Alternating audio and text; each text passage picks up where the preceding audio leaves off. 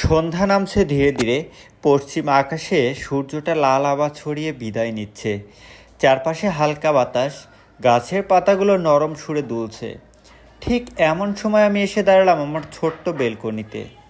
হাতের এক মুঠো দানা, মুখে এক চিলতে হাসি, আর হৃদয়ে এক অদ্ভুত প্রশান্তি। বেলকনির কোনায় রাখা ছোট্ট খাঁচার দিকে তাকাতেই দেখি আমার সবচেয়ে প্রিয় একজোড়া লাক্ষা কবুতর একজন আরেকজনের খুব কাছে বসে আছে। সাদা আর হালকা বাদামি রঙের মিশেলে তাদের সৌন্দর্য যেন অন্যরকম। চোখ দুটো ছোট ছোট কিন্তু ভালোবাসায় ভরা। আমি ধীরে ধীরে কাছে যেতেই ওরা দুজনেই আমার দিকে তাকালো, যেন বলছে আজ এত দেরি করলে কেন। আমি মুচকে এসে বললাম, আসছি তো, তোমাদের জন্যই তো এই সন্ধ্যা। খাঁচা খুলে দিতেই দুজন একসাথে আমার হাতে এসে বসলো। সেই অনুভূতি যেন ছোট্ট দুটি প্রাণ তাদের পুরো বিশ্বাসটা আমার হাতে তুলে দিয়েছে। আমি আলতো করে মাথায় হাত বুলিয়ে দিলাম।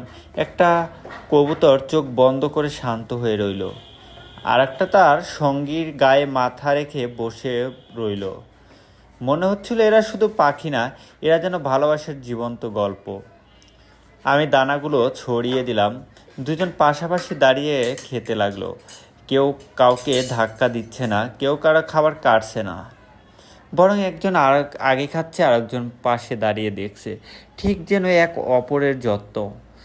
আমি চুপচাপ বসে সেই দৃশ্য দেখছিলাম আর ভাবছিলাম, মানুষ হয়েও আমরা অনেক সময় ভালোবাসতে ভুলে যাই, কিন্তু এই ছোট্ট কবুতর দুটো প্রতিদিন আমাকে ভালোবাসার নতুন সংজ্ঞা শেখায়। হঠাৎ হালকা বাতাস এলো, ওদের নরম পালকগুলো দুলে উঠল। একটা কবুতর ডানা মেলে আমার কাঁধে উঠে বসলো, আর একটা এসে মাথার উপর। আমি চোখ বন্ধ করলাম। সেই মুহূর্তে মনে হলো এই পৃথিবীর সব দুশ্চিন্তা যেন দূরে কোথাও হারিয়ে গেছে। শুধু আমি, আমার বেলকনি আর আমার প্রিয় লাক্ষা কবুতর দুটো। আকাশে তখন মাগরিবের আজান ভেসে আসছে, চারপাশে এক অন্যরকম পবিত্রতা। আমি ধীরে ধীরে বললাম, তোমরা জানো, তোমাদের সাথে কাটানো এই সময়টা আমার দিনের সবচেয়ে সুন্দর সময়। কবুতর দুটো যেন বুঝতে পারলো। দুজন একসাথে নরম সরে ডাকলো, গুটুর গু, গুটুর গু। সেই ডাক যেন সরাসরি হৃদয়ে গিয়ে লাগলো। সন্ধ্যা আরও ঘন হয়ে এলো, আকাশে একে একে তারা ফুটতে শুরু করলো। আমি আবার ওদের খাঁচায় রেখে দিলাম, কিন্তু ওরা তখনও আমার দিকেই তাকিয়ে আছে, যেন বলছে আগামীকাল আবার আসবে তো। আমি হেসে বললাম, অবশ্যই, তোমাদের ছাড়া আমার সন্ধ্যাটা অসম্পূর্ণ। আর ঠিক এভাবেই একজোড়া লাক্ষা কবুতরের সাথে কাটানো একটি সাধারণ সন্ধ্যা আমার জীবনের সবচেয়ে সুন্দর স্মৃতিগুলোর একটি হয়ে রইল। এটা ছিল কবুতরের একটা ছোট্ট গল্প। যাই হোক, আজকে আমি তুলে ধরব কবুতরের উপকার এবং অপকারের কিছু বিষয় নিয়ে। আগে আসি উপকারের দিক। কবুতর মানসিক শান্তি দেয়। কবুতর পালনকারীরা জানেন, কবুতরের গুটুর গু শব্দ, ওদের ডানা ঝাপটানো, ওদের ভালোবাসার দৃশ্য মনের ভিতরে এক অদ্ভুত প্রশান্তি এনে দেয়। অনেক মানুষ সারাদিনের ব্যস্ত কাজের শেষে কবুতরের পাশে কিছু সময় কাটিয়ে মানসিক চাপ কমান। আমিও যখন মন খারাপ করি আমার লাক্ষা কবুতরগুলোর কাছে গিয়ে বসি, মুহূর্তেই মনটা হালকা হয়ে যায়। দায়িত্ববোধ শেখায়। কবুতর পালন মানে শুধু খাঁচা রাখা নয়, সময় মতো খাবার দেওয়া, পরিষ্কার পানি দেওয়া, খাঁচা পরিষ্কার করা, অসুস্থ হলে চিকিৎসা করা। এসব করতে করতে একজন মানুষের মধ্যে দায়িত্ববোধ তৈরি হয়। ভালোবাসা ও মায়া শেখায়।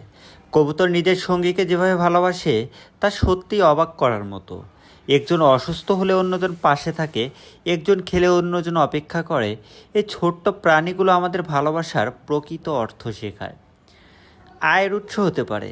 অনেকে শখের বশে কবুতরগুলো পালন শুরু করে, পরে সেটাই ব্যবসায় পরিণত হয়।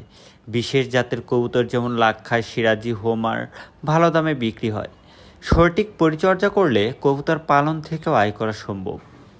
শিশুদের প্রাণীর প্রতি ভালোবাসা তৈরি করে। বাড়িতে কবুতর থাকলে শিশুরা প্রাণীর প্রতি মায়া ও যত্ন নিতে শেখে। এটাই তাদের মানবিকতা বাড়ায়। এবার আসি কবুতরের অপকারের কথায়।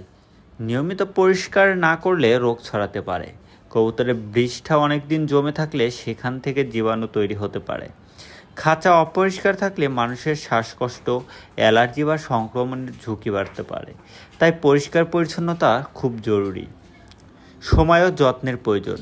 কবুতর পালন সহজ মনে হলেও আসলে নিয়মিত সময় দিতে হয়। খাবার, পানি, ভিটামিন, ওষুধ ঠিকমতো না করলে কবুতর অসুস্থ হয়ে যেতে পারে। যারা সময় দিতে পারে না তাদের জন্য কবুতর পালন কঠিন হতে পারে। খরচ আছে। ভালো খাবার, খাঁচা, ওষুধ, ভিটামিন সব মিলিয়ে একটা খরচ আছে। কবুতর বেশি হলে খরচও বাড়ে। রোগ একবার ছড়ালে পুরো দলে ছড়িয়ে যেতে পারে। একটা কবুতর অসুস্থ হলে সতর্ক না থাকলে অন্যগুলোর মধ্যেও দ্রুত ছড়িয়ে যেতে পারে। ফলে বড় ক্ষতি হতে পারে। প্রতিবেশীর সমস্যা হতে পারে। কখনো কখনো কবুতরের পালক, শব্দ বা বিষ্ঠার কারণে প্রতিবেশীরা বিরক্তি হতে পারে। তাই এমনভাবে পালন করতে হবে যাতে অন্যের অসুবিধা না হয়। কবুতর আসলেও আশীর্বাদও হতে পারে, আবার অবহেলা করলে সমস্যার কারণও হতে পারে। যদি ভালোবাসা আর যত্ন নিয়ম মেনে করা যায় তাহলে কবুতর শুধু পাখি নয়, পরিবারের এক সদস্য হয়ে যায়।